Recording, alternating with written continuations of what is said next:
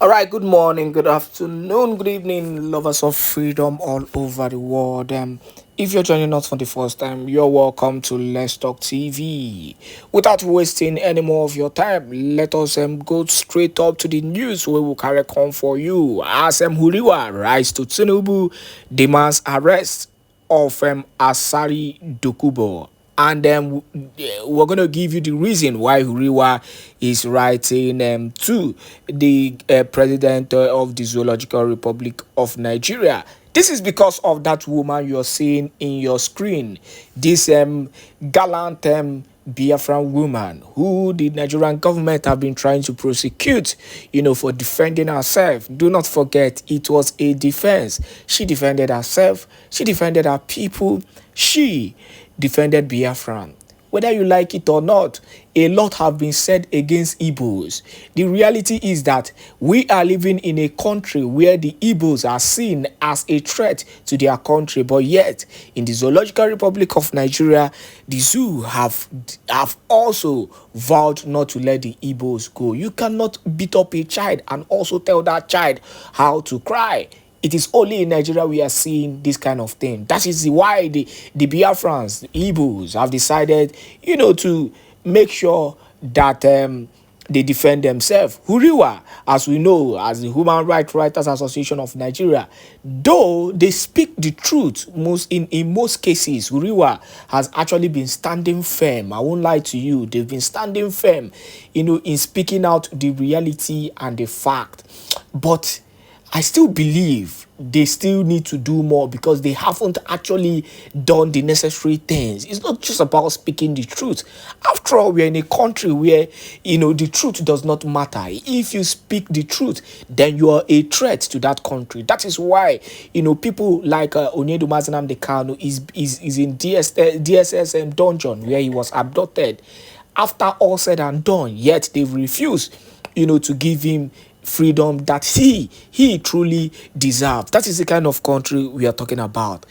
If you're speaking the truth, you back it up with action. That is why, Simon Èkpá is seen as the most feared man in the Zoological Republic of Nigeria because he speaks the truth and he backs it up with action. It's as simple as that.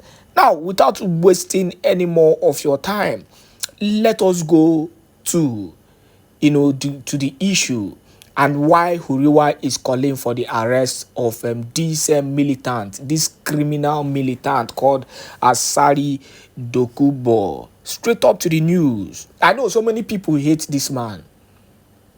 Or rather, let me use the word dislike because of his evil and atrocious thing. A man who came out on live TV and vowed on Kpaing the Igbos and bragged on how they even pied plenty Igbos, and yet the government is making him a stakeholder in Nigeria, in this Nigerian Zoological Republic of Nigerian government. This is the kind of people that works with the zoo because they are criminal minded and they are evil. Now, straight up to the issue, the news in detail. Human Rights Writers Association of Nigeria, HURIWA, has called for the arrest of former Niger Delta militant leader Asari Dokubo. Huriwa believes that Asari has done enough to deserve prosecution by the authorities, or at the very least, an open investigation to determine the legality of his actions.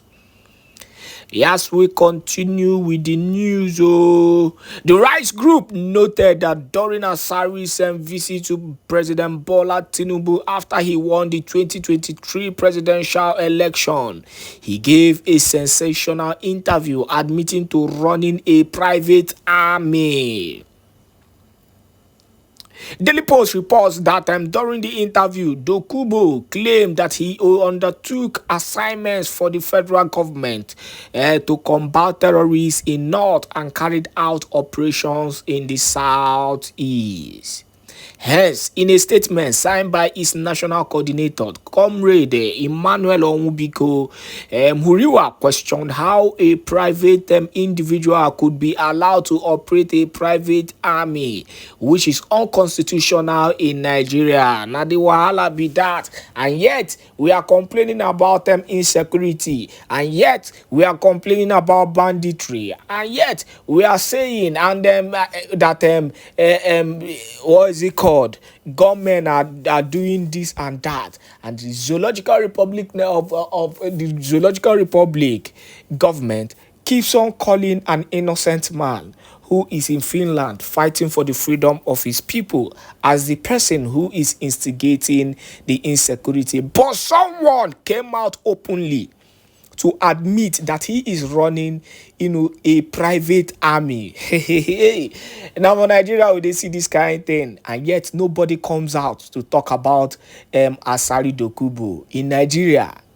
If you talk about him, and do you know the funniest thing? Asari Dokubo, we always pride in his arrogance. He keeps on pride in it, showing his color, his Èkpá. Every time he will fall out his color. If you Jones, he will give you woto. He will do this one. Asari Dokubo is living like a king in Zoological Republic of Nigeria. But that man, they come out every day, they brag on how many people were in Pie, on how they run terrorist group, and blah, blah, blah, and all these things. And yet, nobody is saying anything. Their problem is Simon Èkpá. Let us continue with the news. Huriwa, the Rice Association urged the government to investigate the allegation that some of the Kpaings in the southeast during the administration of former President Muhammadu Buhari were carried out by Døkubø's so-called private army. It's as simple as that. And he's not even denying it. That is the Dokubo is not denying the fact that he has a private army. But the reality is that he is working, for the Nigerian government, doing their underground work. So that is why they will always protect him. That is just the issue. We continue also. Huriwa said it was particularly concerned about the video footage showing Dokubo's brandishing sophisticated military-grade weapons, which no private individual in Nigeria is legally permitted to possess. Despite these serious allegations, there has been no actions taken by the Army, the Department of State Services, DSS, or any other security outfit, it added. Huriwa said it was alarmed that the army and the police continue to parade individuals purportedly arrested as IPOB members. Yet, there has been no transparent disclosure regarding how many of these individuals have been successfully prosecuted. We continue. The Rice Group demanded answers on how many of those arrested have been tried, convicted, or are still in detention.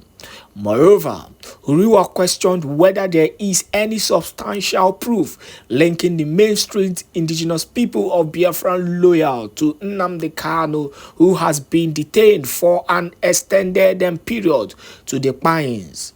Huriwa reiterated his belief that Nnamdi Kanu's detention is illegal, arguing that the government has failed to provide any evidence linking him to the violence in the southeastern part of the country. The group drew a parallel between Kanu's case and that of a Miyetti Allah leader who was arrested and later released by the government despite facing charges in court. The federal government's sudden withdrawal of charges and release of the Miyetti Allah leader raises question about the selective application of justice, it added. That is the zoo for you. Now, one will continue to say that when it comes to the zoo, everything is about corruption. even the judiciary, which is actually meant to be, which is actually meant to be the last hope of a common man. When I mean the last hope of a common man, anybody who does not even have anything, at least can run to the judiciary. So far he is innocent. He will be sure. He will be 100% sure that at least the judiciary will save him. But no, that is not the case. That is not the case. That is not the case in the zoo. The reality is that the judiciary select who to give freedom. Judiciary select, who merits justice. Not by if you truly merit it. It's by, who you are in the society, what you offer to the society and all that. This is what we are seeing in the zoo. There is nothing like, there is nothing like true justice in the country. Everything is working under the influence of corruption. That is why somebody like Onyindu Nnamdi Kanu is in DSS custody, in DSS dungeon. And we are seeing on daily basis, they call them repentant BH. Nothing I've not seen in this country. Nothing. They call them repentant BH. Terrorists that have killed innocent people. They said they are monitoring them. They've repented and they recruit them into the military and bring them to Biafran land to come and start buying innocent people. That is what we are saying. And that is why the Prime Minister Simon Èkpá has stood his ground to make sure that every one of them is wiped out. Wipe them out. Leave Biafran land. It's as simple as that. But let us round up with this news.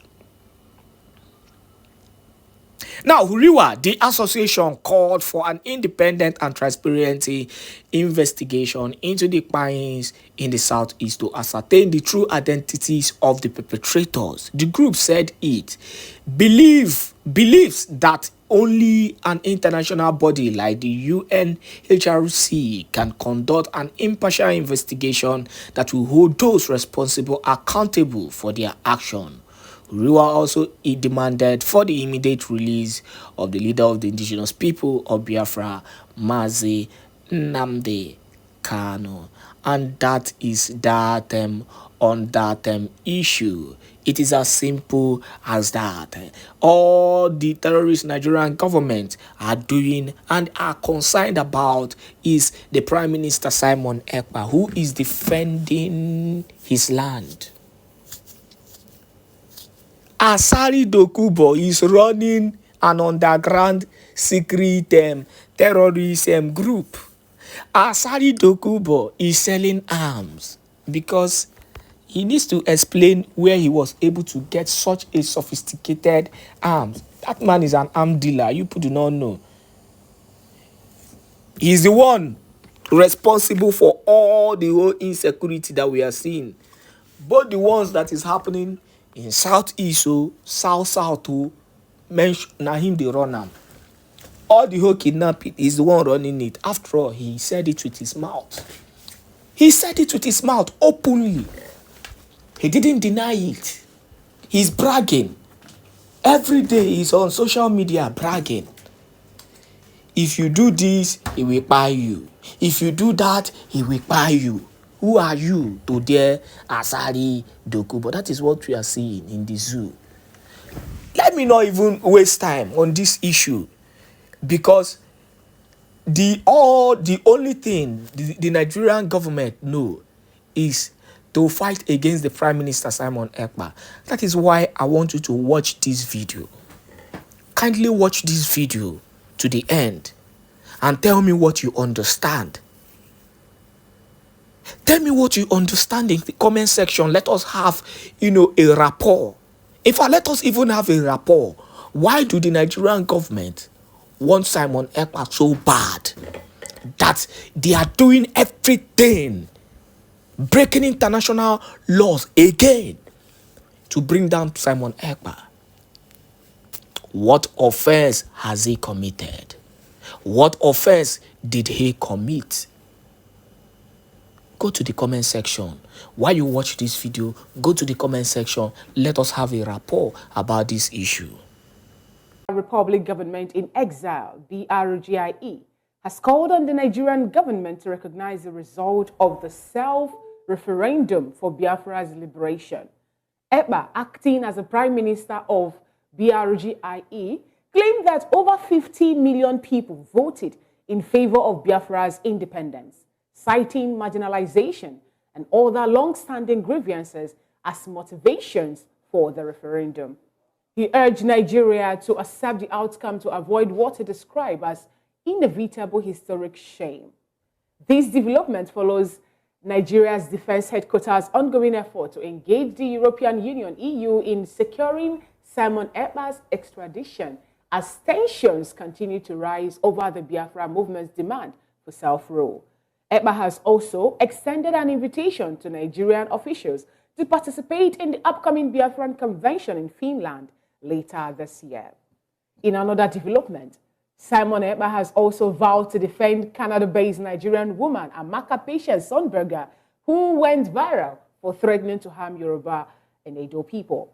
Èkpá made this known in a statement on Thursday through his official X account, and his comment comes after Amaka Sonberger on Tuesday, through her TikTok account, released a video clip where she threatened to harm Yoruba or Edo individuals she encounters. Reacting to the matter, Èkpá stressed that the Biafran government would defend Sonberger. He further urged Sonberger not to panic for any reason at all. And with us in the studio this morning, we have Barrister Darlington Agumo. He will help us to x-ray this topic and help us make sense of it. Barrister Darlington, good morning. Good morning, Fina, Moses, and Chukwuma. Good Well, to have Chukwuma is also, he has opinion on this, so we'll also be posing questions, throwing questions at Chukwuma as he will let us know his opinion on this. Well, he shared a bit of it when he, about the Abike Dabiri era's involvement in all of this as it concerns Amaka. But we'll go deeper into, the Biafra conversation. Now, Barrister, this issue of Biafra agitation, and now we have Simon Èkpá coming up to say that there's a referendum. 15 million people voted for self-rule for Biafra. What do you make of this? What does it really portend? Yeah, Fina, if you ask me, the issue of Biafra and Simon Èkpá, it is the federal government of Nigeria that is fueling it. Why do you say so? We have given them suggestions on how to end this thing, but the federal government decided to look the other side. Whatever Simon Èkpá has become today, the federal government created and made it possible. Because if the Igbos in Nigeria, the Southeasterners, have been really integrated into Nigeria, if the insecurity in the Southeast has been taken care of, if the extortion going on there has been, taken care of, if the army of occupation in the Southeast has been removed, my dear, nobody will pay attention to Simon Èkpá. But as it is today, with the way you are treating the Igbos in Nigeria, with what happened during the last election, and so many other things that is well known to everybody, the people feel that they are not part of Nigeria. So are you of the opinion that he's fighting in good faith now, fighting a good fight for the Igbos in Nigeria from what he's saying? Look, whenever there is injustice, you don't even need to tell anybody. Dissent will just arise on its own. People will just feel disgruntled.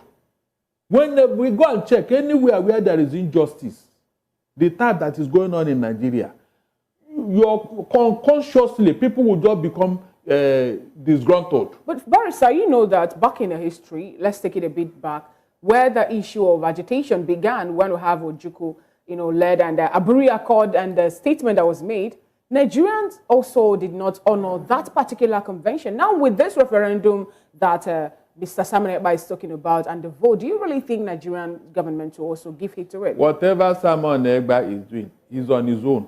Well, Barrister, he's on his own because nobody have recognized him in Igbo land. Okay, but you did say it's the government of Nigeria that has empowered Simon Èkpá to continue on this path. But is it the government of Nigeria that has consistently made Igbos in the southeast to sit at home on Mondays, an action that has continually affected economic growth in that region? Moses, please, are you telling me that if Nnamdi Kanu is reduced today, this sit at home will continue? But Nnamdi Kanu have come up to say, I am not the one responsible for this. And he also said that the sit at home actually happened not to be his order, but we have Simon Èkpá still.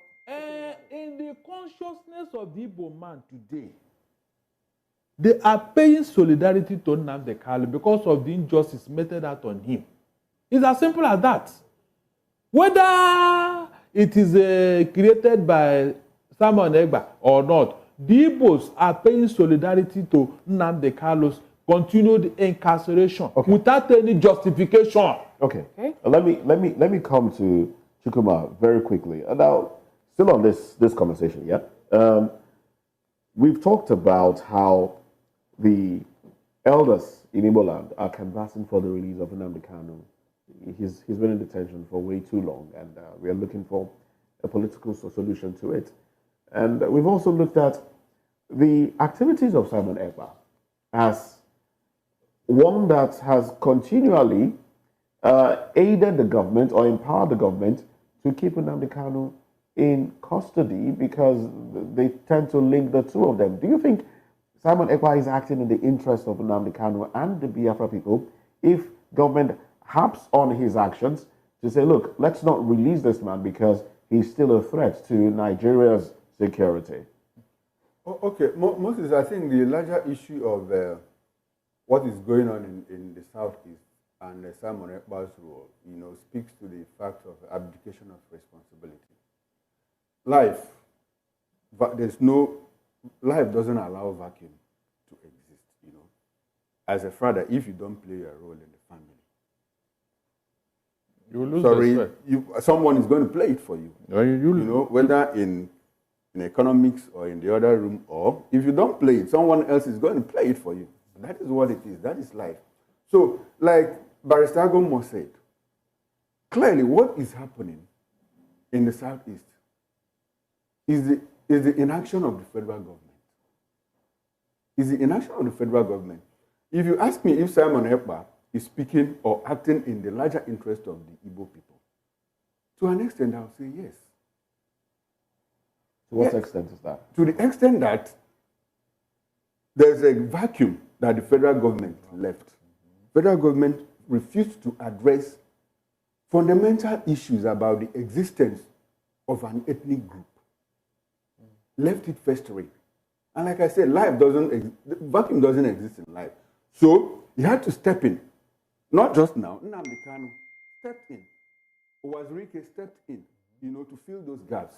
So if the federal government had acted responsibly, those things, the government has contributed to this. The federal government, people of the southeast, people of the southwest, people of the north central have been calling for a referendum to decide how we want to live together as a union. And clearly the federal government has said no. And I don't know why they are jittery about the whole thing. See, referendum is a democratic tool used all over the world for people to decide whether not just about agitation, not just about being in a union. In some countries, you conduct referendum before you even amend the constitution. You conduct referendum before you take one issue that the people feel, look, the representatives cannot, it is not enough for them to decide on those issues. So you throw it open, referendum, plebiscite, and all of that. All over the world. You had Brexit in 2016. You had the Scotland vote in 2014. Even a military leader, Pervez Musharraf, in Pakistan, used referendum to stabilize his government. So the moment the federal government refuses to put referendum as part of our constitution so that people can, before you even go to the National Assembly to make amendments, the referendum, people can say, let us decide whether we want, in Ireland, they conducted a referendum to decide whether they should adopt same-sex marriage. Yeah, exactly. So why do you think the government is mum over this whole happenings? Because the federal, which happening? I'm talking about the sit-at-home, which actually has been making the Southeasterners lose a whole, like so much money. Every Monday, the Southeasterners, they have to sit at home. The 5 states, they sit at home for Mondays. And is that okay for the Southeastern economy and even the Nigerian economy at large? You know, Fina, the issue about economy and fundamental existence of the people, you know, they are two different things. Okay. I'm not sure the Southeast people have come out to say that they are losing money. Yes. Because, I mean, if you make all the money and you don't have a decision about how you are governed, you don't make input about how someone governs you, then that economic well-being doesn't make sense. Sitting at home, just one day that Nigerians organize protests from 1 to 10 of August. We have a report that says that 400 billion naira is what Nigeria loses as a nation. Now we come back again to the Southeast, happen to be part of this country that sits at home every Monday. Now, Mr. Chukwuma Okoro, the money that this region is losing, is it economically okay for that region and for Nigerian government? Fina, the day we had a protest for 1 day and we lost 400 billion naira.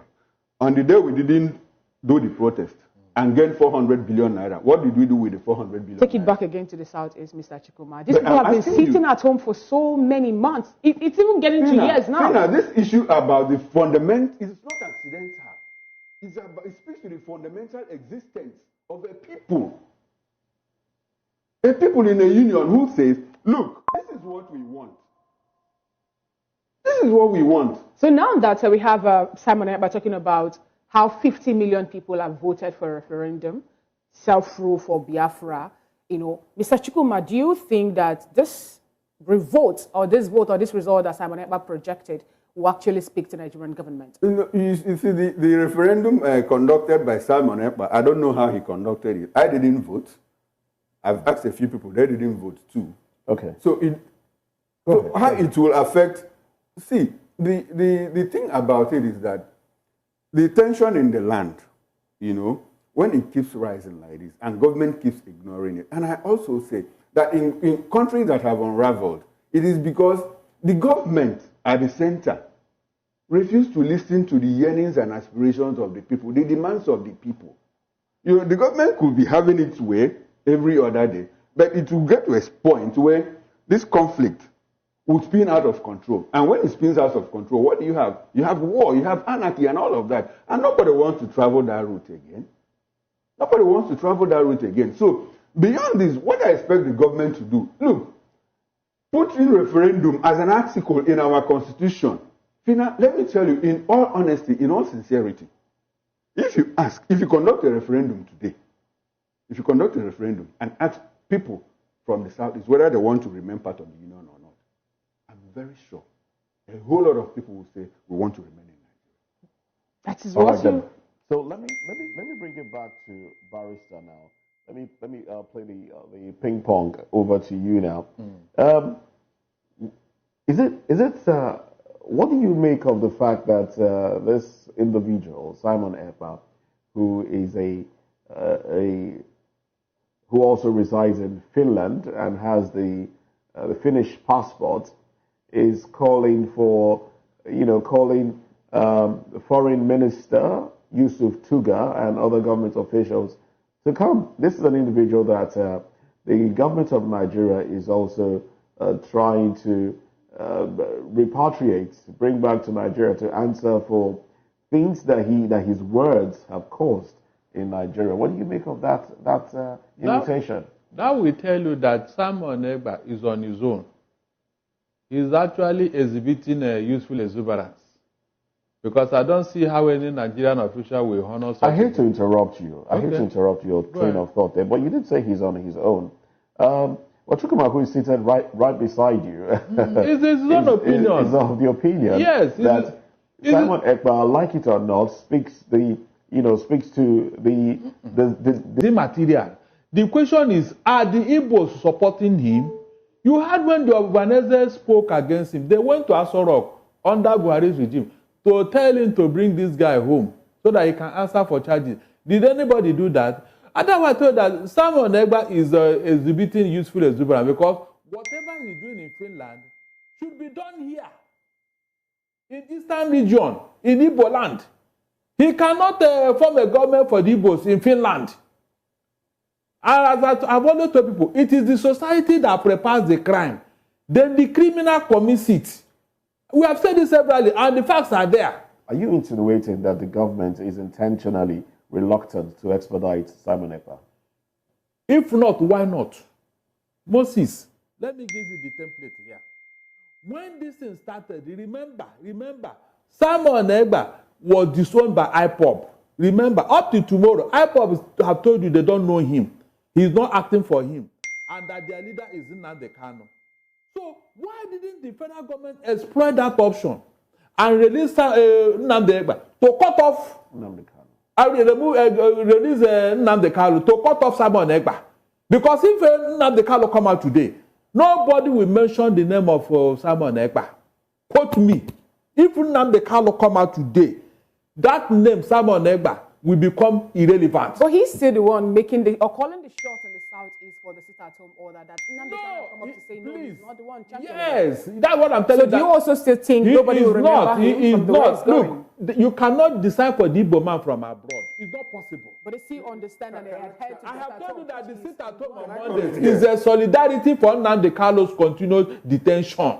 Right. If you are doubting me, release Nnamdi Kanu and see whether somehow enabling it. Can I step in? Can I come in here? You know, let's get a bit historical here. You see, if you look at the history of agitation, you know, struggle for independence of people, you know, they always have arrowheads.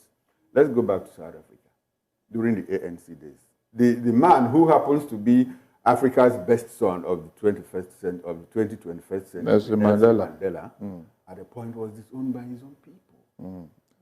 Oliver Tambo, who managed the struggle from exile, people called South Africans, black South Africans, called for the head of Oliver Tambo outside South Africa. You see, when things like this degenerate to this level, the methods, the processes are no longer defined. So everything becomes fair and good, so long as all is fair and war. In warfare, because the end justifies the means. And Simon Èkpá, I didn't say that he speaks for the Igbos, but I said that he's acting in the interest of the Igbos. But his methods might not be acceptable to a whole lot of people in the Igbo land. You see, these things are very clear. So if you talk about organizing referendum and inviting the Minister of External Affairs, I mean, he's negotiating. He's a tradable. He's a tradable, whether the minister attends or not, but he has put it out there. You remember when Oliver was busy, you know, going from country to country with Nelson. They even came to Nigeria. Of course. They even came to Nigeria, you know, to solicit for arms and all of that. And people back in South Africa were people like the PAC. Okay. If you would not mind, I'd like for you to hold on to that thought as we have our phone lines are out there, and you're open to joining the conversation. You have 30 seconds to about a minute, maximum 1 minute, to let your views heard right here on the show if you do call those numbers. So we'll give you not more than 1 minute to air your view. Go ahead, please. All right, so we have a call coming through. Can we hear from this individual? As soon as you call, you let us know your name and your location, and then you get straight to your point.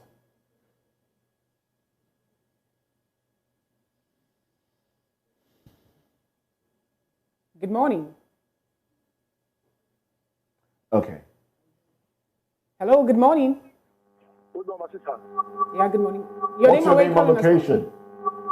Hello, good morning. Good morning to you. Go ahead. Name and location? Thank you. I'm calling from Nasarawa. All right, your contribution, please. Your name. Yes, I want to contribute to that program. What's your name? From Nasarawa. What's your name? All right. Okay, go ahead. Go ahead. David, go ahead. Go ahead, please. Hello? David, All go right, ahead. David, we can hear you, David. Go ahead. Okay. I want to ask this is my brother where the studio now. Where you say somebody is in your own. You see sometimes this our Nigeria. If you want a problem, you need to go quick before the problem. Okay, this guy now, this is our Namdekan where they arrest people for sale. The guy is outside Nigeria, they do you own. They go bring her for Nigeria. Okay, now, if there was some problem of Namdekan, Nigeria wants to go bring some money back from Finland. Is there our problem for this country? Okay, these people now say, issue is start home. They say releasing Namdekan. If you make the government to try to release Namdekan, whether this start home will stop. Everybody keep quiet. Television will maybe go out of our hands. I like this your program. I like her because she's just out of the following program. The God of listener. You need to call the president of Døkubø to release Namdekan. Whether this is a monetary issue. Your 1 minute is up. Thank you very much, David from Nasarawa State. Well, Moses, it is always good to be specific in what you want. Don't mix up things. We cannot be talking of Simon Èkpá and be talking of Namdekan. As far as I'm concerned, Simon Èkpá is outside Igbo land. So how do you want me to believe that he's acting for me in Finland? No, does it make sense? How can he form a government of Biafra in Finland and he's a prime minister over there? That's why I said I don't know him. I don't know. He's acting on his own. Let him come home here so that we will now know what he stands for, who is sponsoring him. So how we know that Namdekan, the sponsorship thing that you just mentioned now, has come up many times. That certain individuals within the government is sponsoring Simon Èkpá to ensure that the Southeast remains remains as it is. Like exactly. Oh, okay. So these are issues. I was actually going to ask. No, that is a fact. Buy into that idea. That is a fact. Because no Igbo man will sponsor Simon Èkpá to destabilize Igbo land. It can never happen. Some people are sponsoring him. That is why I told you that he's on his own. It's a fact. Let him come home. Let the federal government bring him home if they are serious. Let them bring him home here if they are serious. But they like what is going on there because they want to keep the Igbo man down. So are you now saying that some individuals are bigger than the government, even when we know that the government actually supersedes every other person? Oh, really? Even the fact that some governors in the Southeast have come up to say no more sit at home, and the people also couldn't come out to move around. That will not tell you that look, you have made it impossible for any Igbo man, especially the South, to believe you because the injustices have entered into their consciousness. Okay. They are asking questions. Why is Namdekan still in detention? When the court have said release him, is that not enough for you to build anger in them? All right. Moses, when worse things have happened in this country, especially in the north, you saw when Døkubø was banned, and the federal government official went there to go and visit and officiate over the matter. So how do you define that? How? These are the things that are making the Igbo man to say, oh, so we are not women, we are not part of Nigeria. When they do it over there, they pamper them. But when we just say we don't like what is going on, they clamp down on us. All right. You are the one that created the problem. You are the one. Okay. Well, let's get you seem to have an opposing view to his. Go ahead. Opposing to the extent that he believes that what is going on, that what Simon Èkpá is doing, that Simon is acting on his own. That is we agree with the fact that, look, government has not done enough to stop this. We also agree that the people of the Southeast should be given an opportunity to speak for themselves. The issue of this, the point of disagreement is the fact that Simon is not acting in his interest. All right, then. And my own concern here is that. But is he acting in your own interest? Someone is acting in the larger interest of the Southeast. No. He cannot be acting in my interest when it is believed that he's causing insecurity in the Southeast. Yes. Hold on, please. Let's listen to this Nigerian.